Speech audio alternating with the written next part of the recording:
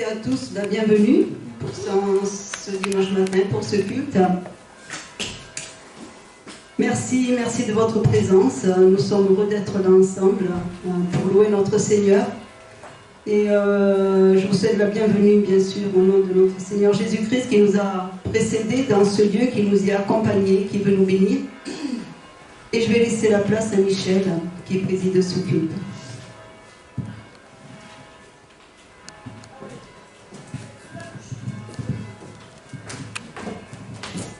Moi aussi, je vous souhaite la bienvenue. Je suis contente d'être à nouveau parmi vous.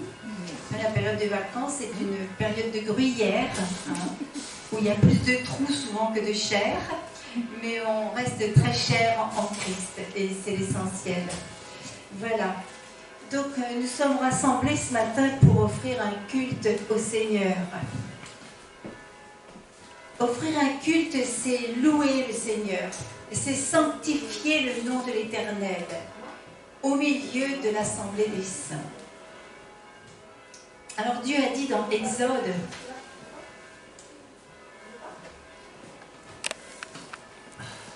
il a dit, ils me feront un sanctuaire et j'habiterai au milieu d'eux. C'est ce que Dieu a dit à Moïse lorsqu'il était sur la montagne. Il a dit, ils me feront un sanctuaire et j'habiterai au milieu d'eux.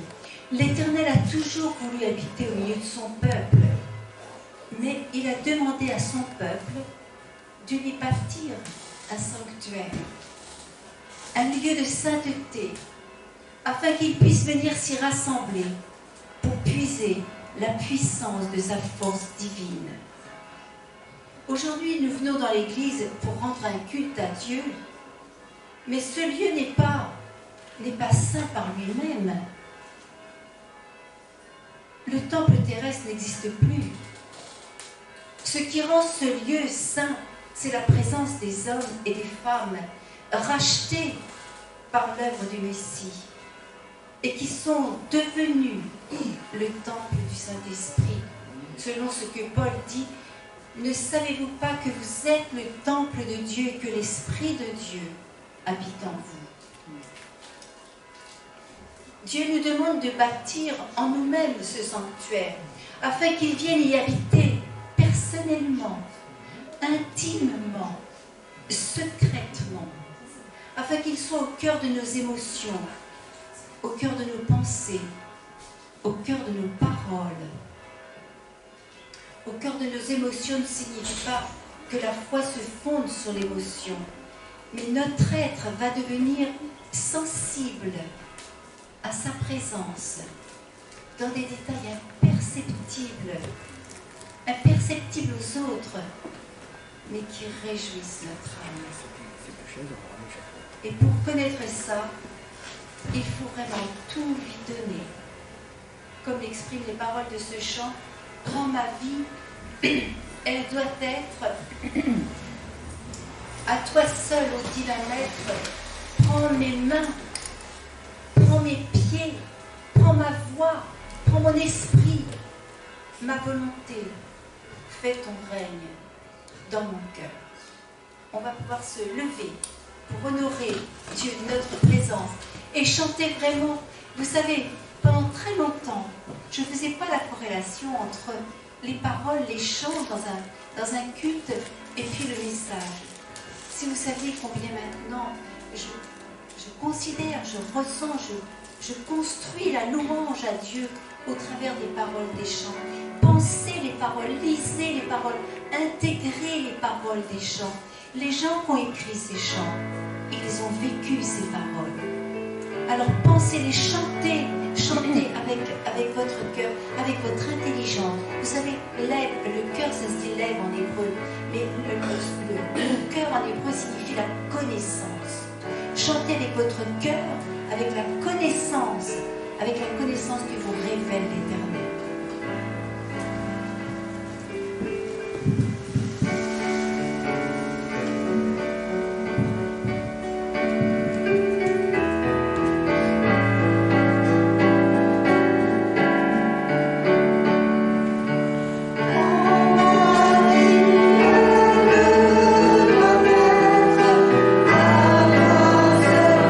Oh,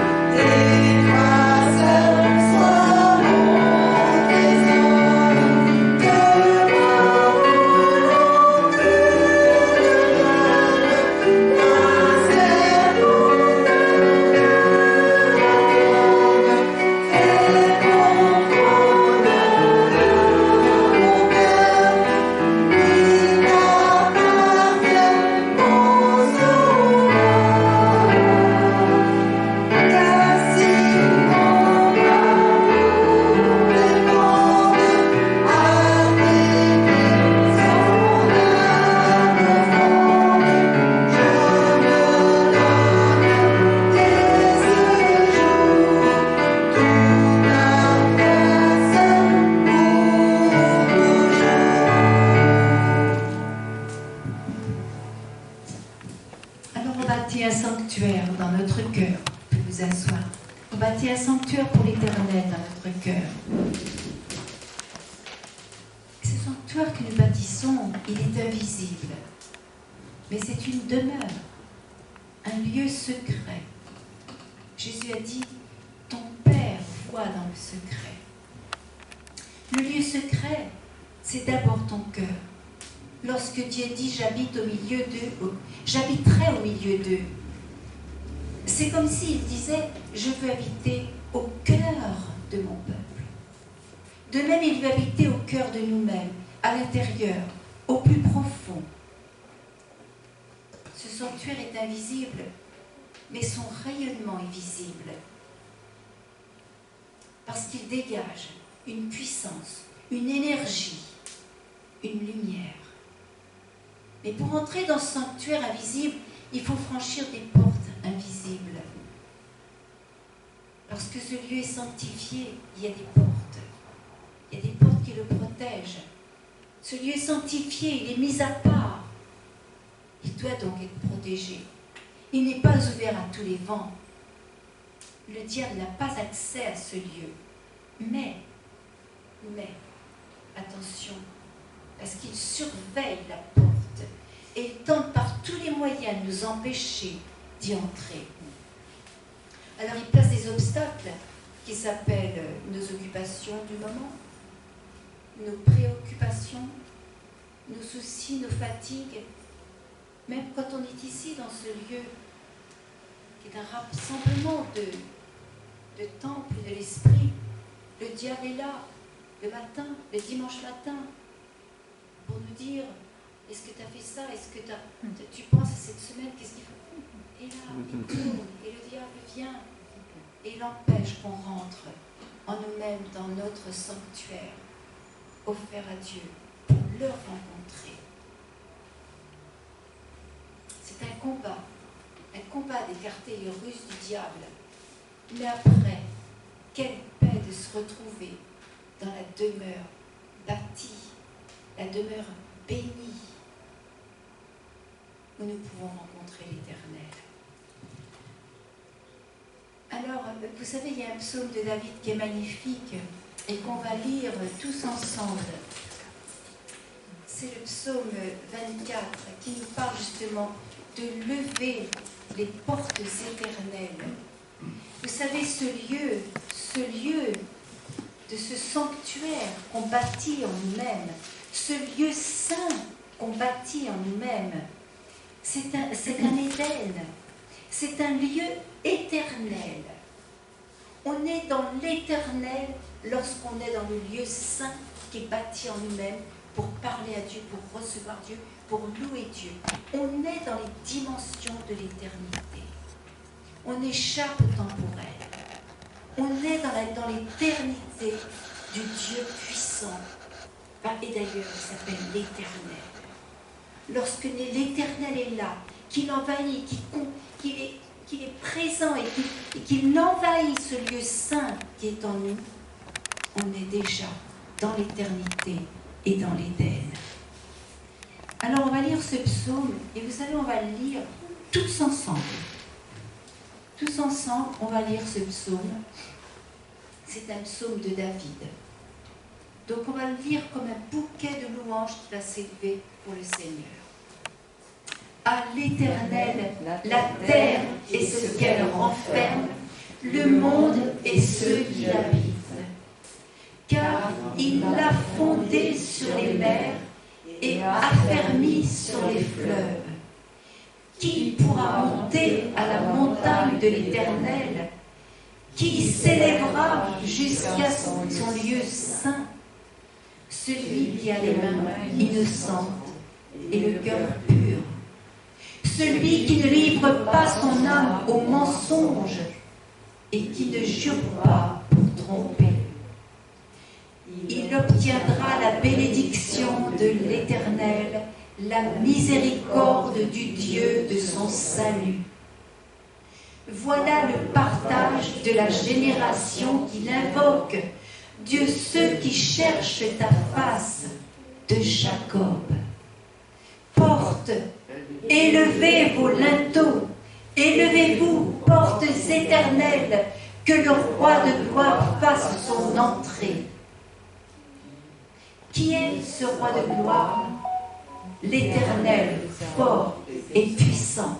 L'Éternel puissant dans les combats. Portes, élevez vos linteaux. Élevez, portes éternelles, car le roi de gloire fasse son entrée. Qui donc est ce roi de gloire? L'Éternel des armées. Voilà le roi de gloire. Élevez-vous, linteaux. Élevez-vous, portes éternelles, que le roi de gloire fasse son entrée. Qui est ce roi de gloire?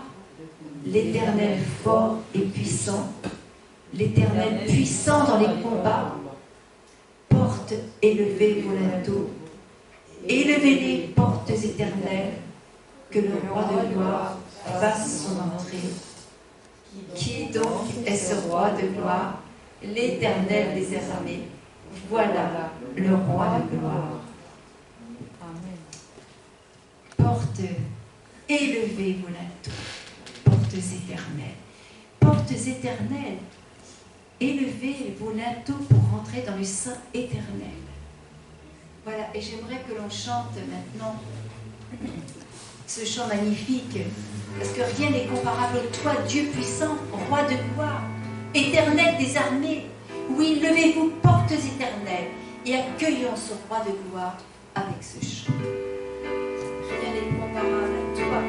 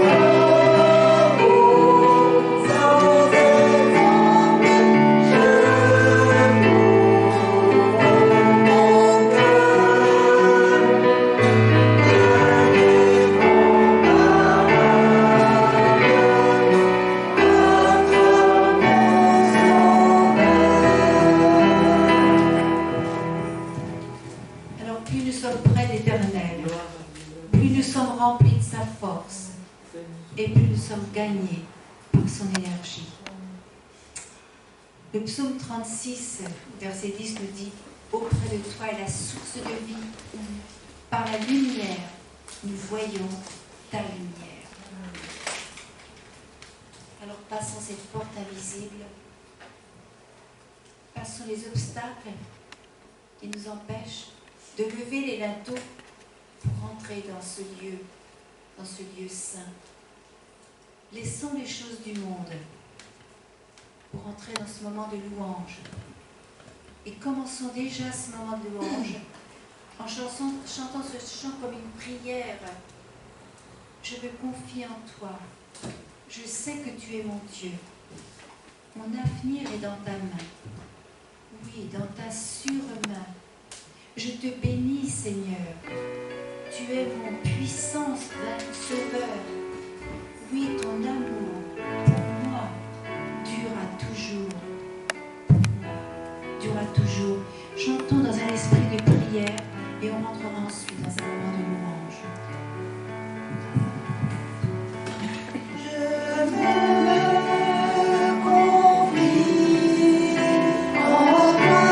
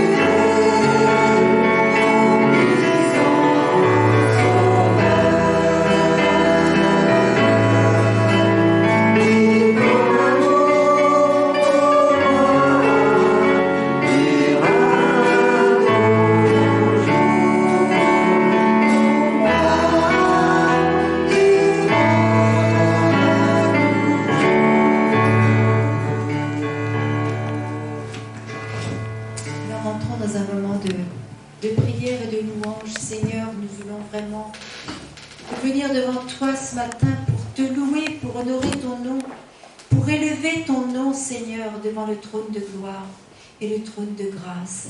Parce que tu nous as fait grâce un jour, Seigneur. Parce que tu as envoyé ton Fils, Seigneur, pour nous sauver, pour nous laver, pour nous purifier, pour nous rendre capables, Seigneur, de venir au pied de ton trône pour t'adorer. Seigneur, tu as fait de nous des nouvelles créatures. Tu as fait couler en nous, Seigneur, ton sang pur qui purifie, Seigneur, qui nous lave, qui nous rend capables de te recevoir. Père Céleste, nous voulons glorifier ton nom. Glorifier, Seigneur, ton nom pour le sacrifice immense, pour cet amour immense que tu nous as témoigné. Seigneur Jésus, sois reconnu, sois honoré. Que ton règne vienne, Seigneur. Que ta royauté soit reconnue. Seigneur, que nous placions cette couronne de gloire sur ta tête, Seigneur. Et que nous reconnaissions ta royauté. Seigneur, que ta volonté soit faite. Seigneur, non pas la nôtre, mais la tienne. Afin que ta lumière brille dans ce monde. Afin que des âmes soient gagnées, Seigneur. Et que nous ayons du fruit dans nos œuvres. Du fruit qui te revient, Seigneur. Parce que la vigne t'appartient. Seigneur, tu es notre Dieu. Tu es le vigneron, Seigneur. Tu es celui qui a planté la vigne. Tu as planté ton jardin dans l'Éden. Tu as planté ta vigne, Seigneur. Et nous sommes que les ouvriers dans cette vigne. Merci, Seigneur. Rends-nous capables d'être des ouvriers fidèles, des ouvriers honnêtes, des ouvriers qui t'aiment, Seigneur, plus que tout. Amen, Seigneur Jésus. Amen.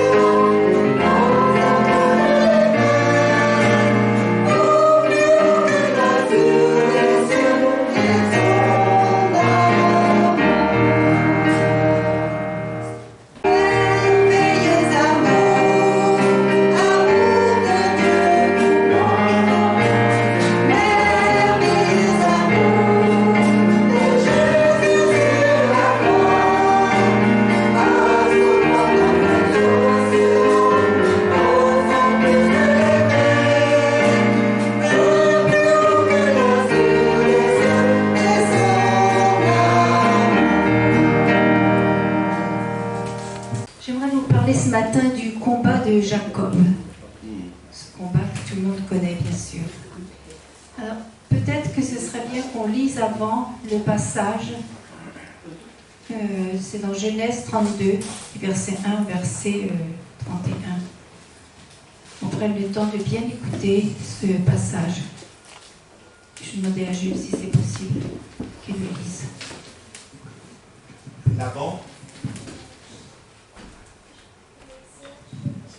Laban se leva de bon matin. Il embrassa ses fils et ses filles, les bénit et partit. Laban retourna chez lui. Jacob poursuivit son chemin. Des messagers de Dieu le rejoignirent. En les voyant, Jacob dit « C'est la troupe de Dieu ». Et il appela ce lieu du nom de Manaïm, les deux troupes. Jacob envoya en avant de lui des messagers à Ésaü, son frère, à Séhir, au pays d'Édom.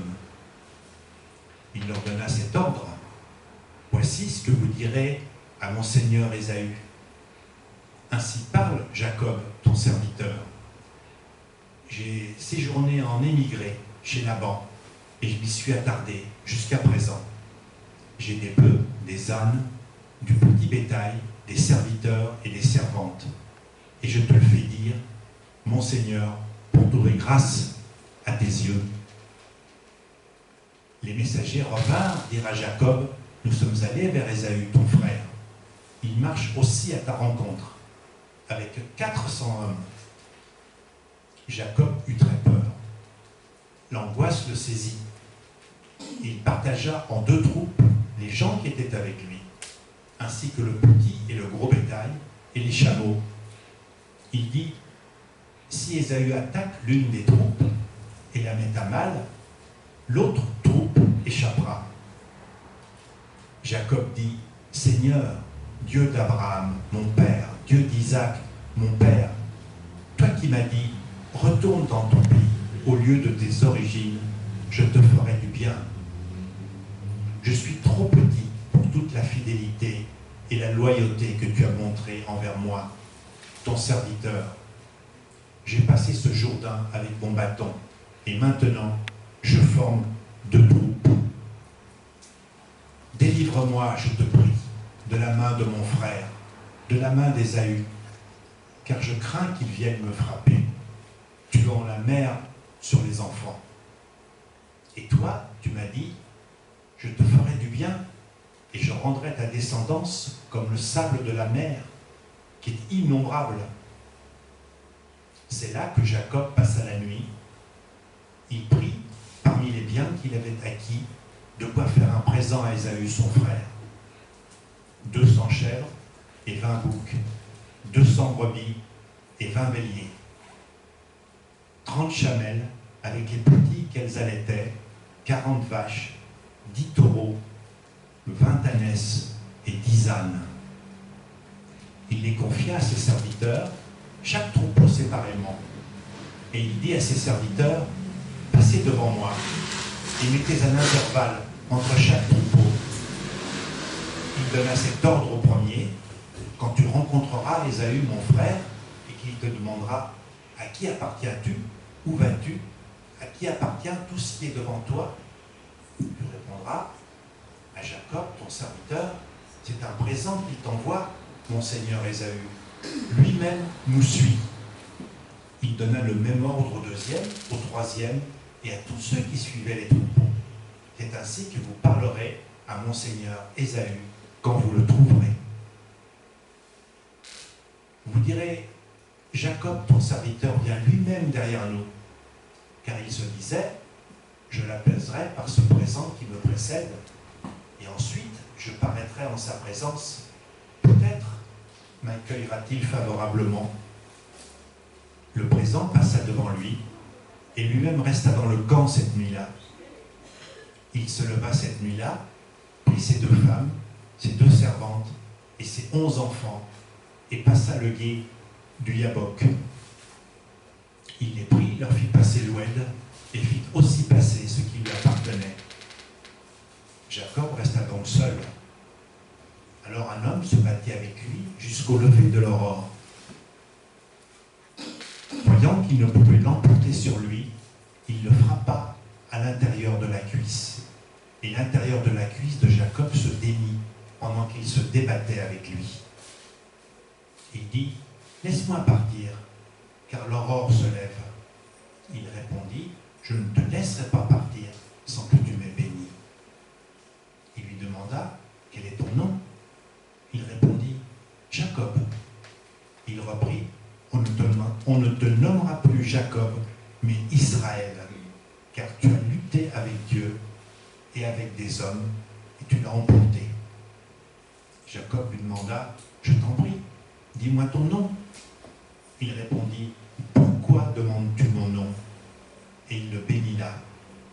Jacob appela ce lieu du nom de Péniel, face de Dieu, car, dit-il, j'ai vu Dieu face à face, et j'ai eu la vie sauve.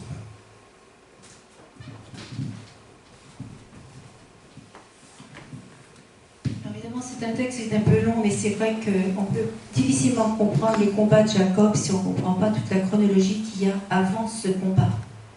Et toute cette chronologie nous dépeint en réalité le personnage de Jacob. Donc Jacob vient de se séparer de Laban, son beau-père, d'une manière très particulière sur laquelle on pourrait parler et faire un culte aussi. Et il s'apprête à rencontrer son frère, qu'il avait autrefois spolié de son droit d'aînesse. Inutile de vous dire dans quel état se trouve Jacob, qui craint à juste titre la colère vengeresse de ce frère Ésaü. Mais il considère sa position sociale et cela lui donne une certaine fierté, en tout cas une sorte de confiance en lui. C'est le début du texte. Il va envoyer un messager pour montrer un petit peu tout ce qu'il a. Voilà donc comment il va procéder pour tenter d'arranger les choses avec ce frère. Il envoie un messager avant lui pour l'impressionner, pour impressionner ce frère, en lui étalant sa puissance et sa réussite sociale. Et oui, à cause de sa crainte, il a besoin de se rassurer, de se sécuriser en répandant, en étalant sa force et sa puissance. Je vous relis le petit bout de texte. Jacob poursuivit son chemin des anges de Dieu, lui, le rencontrait. En les voyant, Jacob dit, c'est le camp de Dieu. Et il donna à ce lieu le nom de Mahanaïm. Jacob envoya devant lui des messagers à Ésaü, son frère, au pays de Séhir, dans le territoire d'Édom. Dieu a donné à Ésaü le territoire d'Édom, tous les Édomites. Il leur donna cet ordre, voici ce que vous direz à mon seigneur Ésaü, ainsi parle ton serviteur Jacob, j'ai séjourné chez Laban et j'y suis resté jusqu'à présent. J'ai des bœufs, des ânes, des brebis, des serviteurs et des servantes, et j'envoie l'annoncer à mon Seigneur pour trouver grâce à ses yeux. Quand vous lisez une chose comme ça, vous dites, mais Jacob, où tu as la tête? Mais voilà que le serviteur revient avec des nouvelles que Jacob n'avait pas, semble-t-il, prévues. Voilà ce que dit le messager.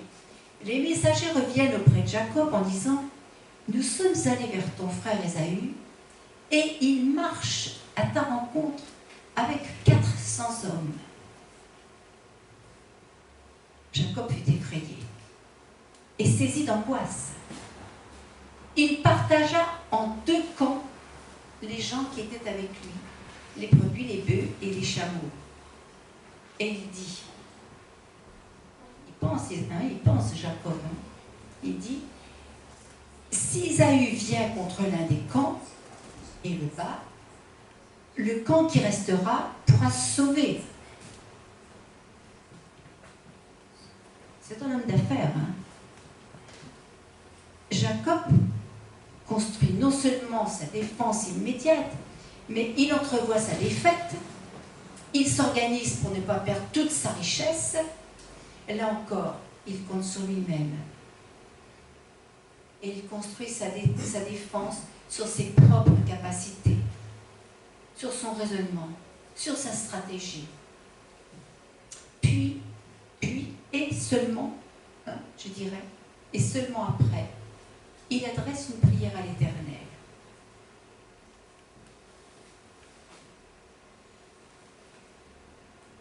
Seulement après, hein, il adresse une prière à l'Éternel. Et comme d'un seul coup, la promesse de l'Éternel lui revient en mémoire. Vous savez, ceci nous parle bien de nous-mêmes. Et c'est souvent ainsi que nous affrontons les épreuves. Alors Jacob se tourne vers l'Éternel, et voilà ce qu'il lui dit. Et là encore, c'est farci il essaie d'organiser lui-même, c'est presque du marchandage avec le Seigneur. Jacob dit à Dieu, Dieu de mon père Abraham, Dieu de mon père Isaac, Éternel, qui m'a dit, retourne dans ton propre pays, dans ton lieu de naissance, et je te ferai du bien. Je suis trop petit pour toutes les grâces et toutes les fidélités dont tu as usé envers ton serviteur, car j'ai passé ce Jourdain avec mon bâton, et maintenant je forme 2 camps. Il explique à Dieu, voilà, j'ai formé 2 camps. Délivre-moi, je te prie, de la main de mon frère et de la main d'Ésaü, car je crains qu'il ne vienne et qu'il ne me frappe avec la mère et avec les enfants. Et toi, tu as dit, je te ferai du bien. Je te rendrai la postérité comme le sable de la mer, si abondant qu'on ne saurait la compter. Franchement, Jacob, comment il parle à Dieu? Attention Seigneur, voilà ce que tu as dit. Hein? Jacob est pratiquement en train de marchander avec Dieu. C'est presque comme s'il remettait sur lui la responsabilité de son sort présent et futur. Et pourtant, juste après sa prière, il reprend les commandes de son avenir. C'est dans ce lieu que Jacob passa la nuit. Voilà, après la prière, il a passé la nuit. Et qu'est-ce qu'il va faire pendant la nuit? Il prit de ce qu'il avait sous la main pour faire un présent à Ésaü, son frère. 200 chèvres et 20 boucs, 200 brebis et 20 béliers, 30 femelles de chameaux avec leurs petits qu'elles allaitaient, 40 vaches et 10 taureaux, 20 ânesses et 10 ânes. Et il remit à ses serviteurs, troupeau par troupeau, séparément. Et il dit à ses serviteurs, passez devant moi. Passez devant moi. Et mettez un intervalle entre chaque troupeau. Je vous dis, il pense, hein, Jacob. Puis Jacob va ordonner une stratégie avec une extrême précision. Pas de hasard. Tout est sous contrôle. Il donna cet ordre au premier. Quand Ésaü, mon frère, te rencontrera, il te demandera à qui es-tu et où vas-tu et à qui appartient ce troupeau devant toi, et tu répondras à ton serviteur Jacob. Ceci est un présent envoyé à mon seigneur Ésaü. Et voici, il vient lui-même derrière nous. Et il donna le même ordre au second, au troisième, et à tous ceux qui avaient les troupeaux. C'est ainsi que vous parlerez à mon seigneur Ésaü, quand vous le rencontrerez. Vous direz, voici ton serviteur Jacob vient aussi derrière nous. Car il se disait, je l'apaiserai par ce présent qui va devant moi. Ensuite, je le verrai face à face. Et peut-être m'accueillera-t-il favorablement. Le présent passa devant lui et il resta cette nuit-là dans le camp. C'est pas tout à fait terminé, l'histoire de Jacob dans le camp. Malgré la prière qu'il adresse à Dieu, il va donc continuer de prendre la même stratégie, c'est-à-dire la maîtrise de la situation. Il se leva la même nuit, donc c'est cette nuit, prit ses 2 femmes, ses 2 servantes et ses 11 enfants, et passa le gué de Jabbok. il les prit et leur fit passer le torrent, et le fit passer à tout ce qui lui appartenait. Donc voilà la situation. Jacob se retrouve maintenant de nuit dans le camp, tout seul, sans rien. Voilà, normalement tout devrait bien se passer. On peut dire qu'il a mis en place la garde, l'arrière-garde et l'arrière-arrière-garde. On voit ainsi que dans Jacob, il y a deux hommes. Tout ce récit qui précède le combat nous montre que dans Jacob, il y a deux hommes. Celui qui a reçu la promesse, parce qu'elle était sur lui avant même sa naissance. Il y a aussi l'homme fort, puissant, mais trompeur et rusé. Jacob était un homme terriblement puissant, extrêmement puissant. Alors ce Jacob besogneux qui a travaillé dur chez Laban, qui sait gérer ses affaires et prendre soin de sa maison, ne peut pas reprocher ça à Jacob, qui marche dans les pas du Seigneur. Dieu lui a dit, quitte Laban, retourne dans il y va, il y va. Il y va, il fait tout bien Jacob, il fait tout bien. Qui est doté d'une force incroyable. Ce Jacob est là, prêt à passer une nuit de repos, après avoir tout fait tout ce qui était en son pouvoir, avant d'affronter l'épreuve. Tout est réglé, tout est organisé, tout est sous contrôle. Il est seul pour passer cette nuit de repos avant d'affronter le grand jour de la rencontre avec son frère. Jacob demeura seul. Alors un homme lutta avec lui jusqu'au lever de l'aurore. On ne sait rien de cet homme, ni qui il est, ni d'où il vient. Il n'a pas de généalogie. Mais ce qu'on sait, c'est qu'il va lutter toute la nuit. C'est un combat acharné. Voyant qu'il ne pouvait le vaincre, cet homme le frappa à l'emboîture de la hanche, et l'emboîture de la hanche de Jacob se démit pendant qu'il luttait avec lui. C'est bien pendant le combat que sa hanche se démit. Il ne nous est pas dit à la fin du combat, il nous a dit pendant le combat.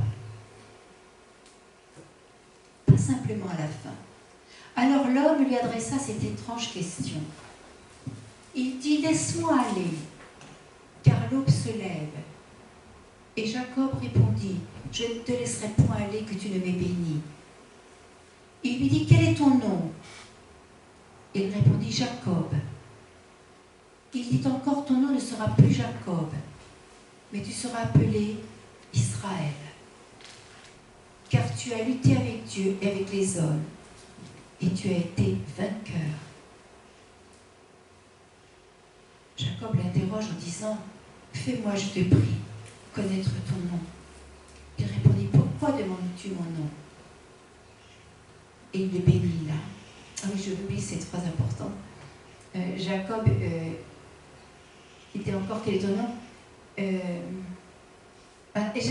Jacob appela ce lieu du nom de Péniel, car il dit, j'ai vu Dieu face à face et mon âme a été sauvée. Le soleil se levait lorsqu'il passe à Péniel, Jacob boitait de la hanche. La nuit de repos fut en fait un combat d'une rare violence, un corps à corps qui dura jusqu'au lever du soleil. Dieu a laissé Jacob se battre de toute sa force. Toute la force que possédait Jacob, Dieu l'a laissé l'utiliser pendant ce combat. Il aurait pu l'anéantir dès le début, mais il l'a laissé lutter avec tout ce qui était en lui, tout ce sur quoi il comptait depuis le début de sa vie. Alors, au lever du jour, Dieu lui donne la victoire. Oui, cela peut sembler étrange, car c'est précisément au moment où il touche la hanche de Jacob, où il détruit son équilibre et sa stature, que le combat s'arrête et qu'il dit, tu as lutté avec Dieu et avec les hommes et tu as été vainqueur. Mais de quel combat s'agit-il? La hanche est une partie du corps qui permet l'équilibre, qui permet aussi la marche. C'est elle qui donne au corps sa stature. Symboliquement, ça représente la confiance en soi, une certaine volonté, un certain pouvoir. En brisant la hanche de Jacob, Dieu vient de briser la possibilité de compter sur lui-même, sur sa force, sur sa puissance et son pouvoir. Le combat est bien un combat spirituel. La hanche est physique, mais le combat est spirituel. Et le problème de Jacob, ce n'est pas son frère, mais c'est lui-même. Sa vie était jusque-là le partage entre l'homme naturel, le rusé, le trompeur, et l'homme spirituel, celui qui suivait le Seigneur. Il compte sur Dieu, mais il compte aussi sur lui. C'était ça la vie de Jacob avant. Et parfois nos vies sont un peu ça aussi. On compte sur Dieu, mais on compte aussi sur nous. Mais voilà, à l'issue du combat, Jacob ne peut plus lutter avec sa propre force. Il a été blessé. Il a été touché. On est à un tournant de la vie de Jacob. Dieu ne veut plus qu'il retrouve son frère dans son état premier, dans son état naturel de combativité et d'orgueil. Il y a des états qui ont existé dans nos vies, mais dont il faut se séparer si on veut continuer avec Dieu. Alors cet homme avec qui il luttait lui dit « Laisse-moi aller, car l'aube se lève. »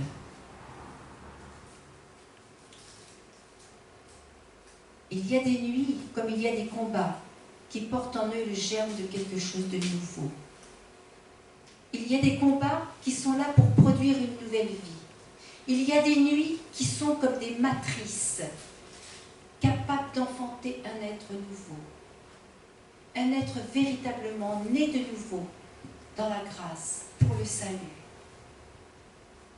Ce combat, cette nuit de Jacob, c'était des ténèbres. Des ténèbres est sortie la création de Dieu. Des ténèbres peut sortir la vie, la nouvelle naissance. Laisse-moi aller, car l'aube se lève. Aujourd'hui est un jour nouveau. Aujourd'hui est un recommencement. Alors il lui dit, quel est ton nom? Il répondit, Jacob. Il dit encore, ton nom ne sera plus Jacob, mais tu seras appelé Israël. Car tu as lutté avec Dieu et avec des hommes, et tu as été vainqueur. Jacob a lutté, Jacob a été blessé au cœur du combat. Il est sorti boitant. Et pourtant, c'est à ce moment-là que l'homme lui dit, tu as été vainqueur. La victoire des hommes n'est pas la même, de la même nature que la victoire avec Dieu et par Dieu. Jacob est vainqueur parce qu'il a accepté d'être brisé.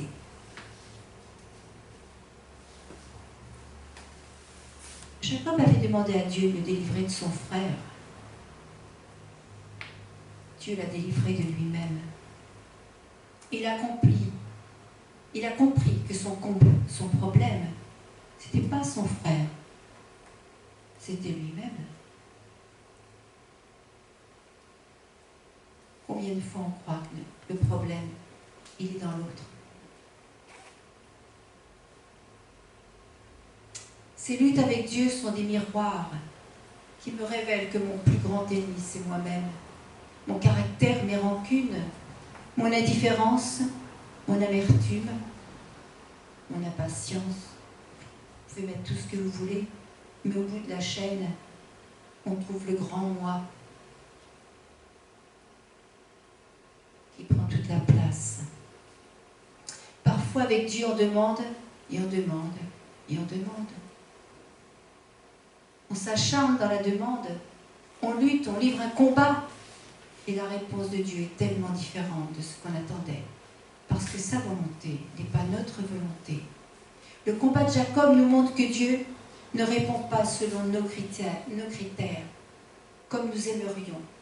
Mais il répond en vue d'une réelle victoire. Et pour cela, il va briser l'homme naturel qui est en nous. Car le vainqueur, c'est celui qui accepte d'être brisé par Dieu. C'est ça que Jacob a compris lorsque le combat a cessé. Il a accepté son brisement et il a compris qu'il venait de lutter avec Dieu. D'un seul coup, il a compris qu'il venait de lutter avec Dieu.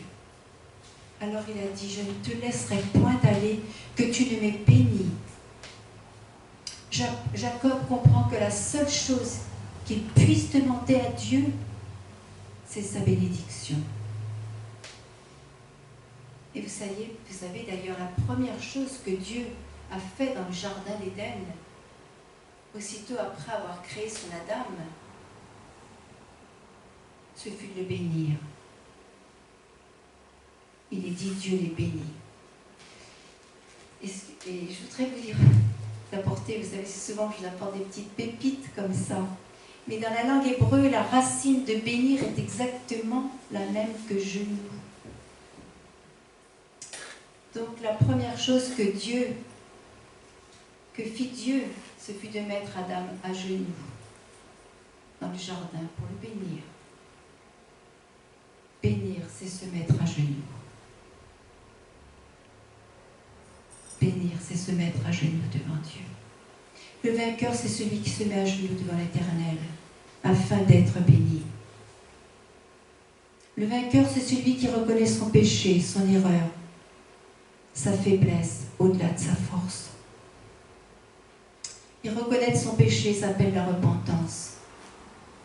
La repentance, c'est s'incliner, se mettre à genoux, sous la main bénissante de l'Éternel. La vraie repentance nous fait pleurer, mais ce sont des larmes qui apportent la bénédiction et la victoire. À la phrase de Jacob, qui comprend la dimension divine du combat, « Je ne te laisserai point aller, que tu ne m'aies béni », Dieu lui répond quelque chose d'inattendu.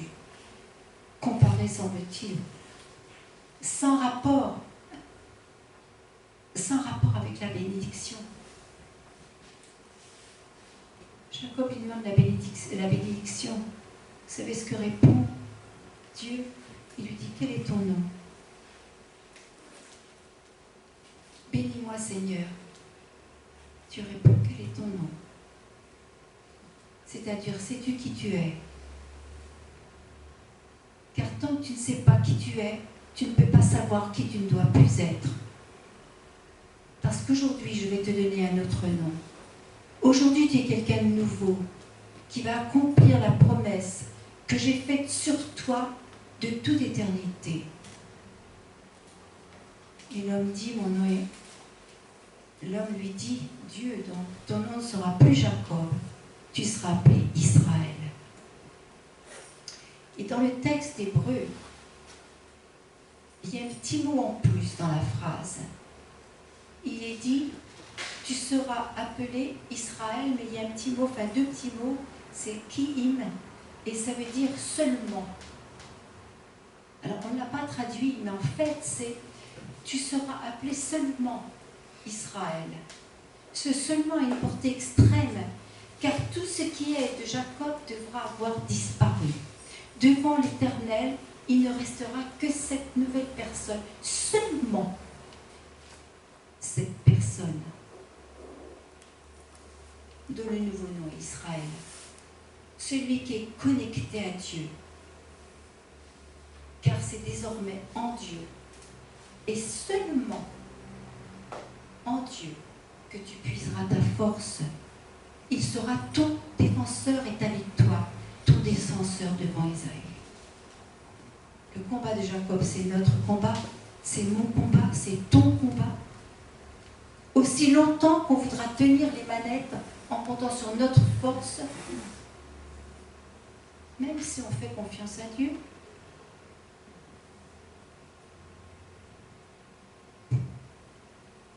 aussi longtemps nous n'arriverons pas à la vraie bénédiction de Dieu et sa victoire. Il y a un chant qui dit « Tel que je suis, je viens. Je viens. Tel que je suis, je viens. Sachant qui je suis, je viens. Afin que de tout quitter et de revêtir la promesse que Dieu a pour ma vie. » Si on est très honnête, chanter ces paroles est un véritable engagement. Et c'est pas si facile. Je vais vous lire le début des paroles. Tel que je suis, sans rien à moi, comme Jacob dans le camp au milieu de la nuit, plus rien à lui. Tout est parti. Il a fait passer sa famille, ses biens, ses serviteurs. Il est seul. Tel que je suis sans rien à moi. Sinon, ton sang, ta grâce, versée pour moi, et ta voix qui m'appelle à toi et qui me dit, viens, comment t'appelles-tu? Je vais te donner un nouveau nom, agneau de Dieu. Je viens. Chantons comme une prière.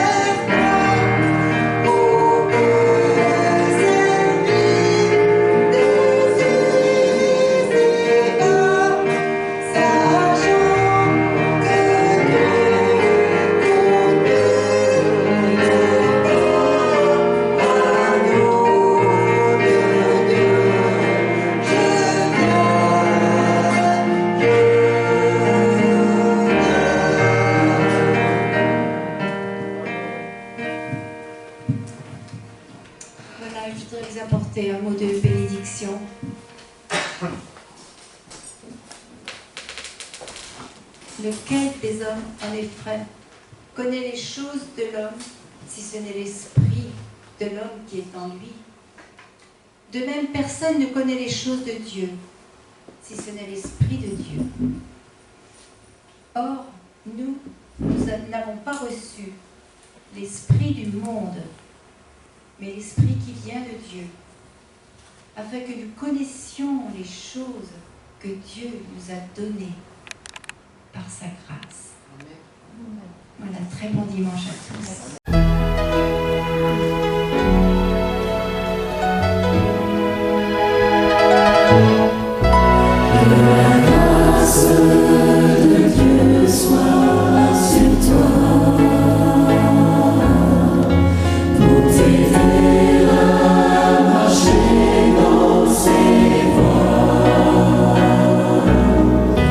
Reçois tout son